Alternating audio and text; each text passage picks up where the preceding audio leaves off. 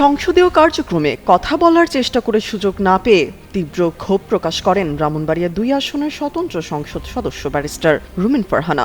জুলাই অভ্যুত্থান নিয়ে সংসদের ২ দিন ধরে চলা আলোচনায় বক্তব্য দেওয়ার সুযোগ দেওয়া হয়নি এমন অভিযোগ করেছেন তিনি। রোববার সামাজিক যোগাযোগ মাধ্যম ফেসবুকে নিজের ভেরিফাইড আইডিতে দেওয়া এক স্ট্যাটাসে গরমে আরাম নিয়ে হবে না হাহুতাশ, ঘুরলে পরে ওয়ালটন ফ্যান বাতাস আর বাতাস এমন প্রতিক্রিয়া জানান। সেখানে অভিযোগ করে রুমিন ফারহানা লেখেন, জুলাই অভ্যুত্থান নিয়ে সমালোচনার জন্য তিনি বারবার অনুরোধ করেছিলেন, তবে দীর্ঘ সময় চলে গেলেও তাকে বক্তব্য দেওয়ার সুযোগ দেওয়া হয়নি।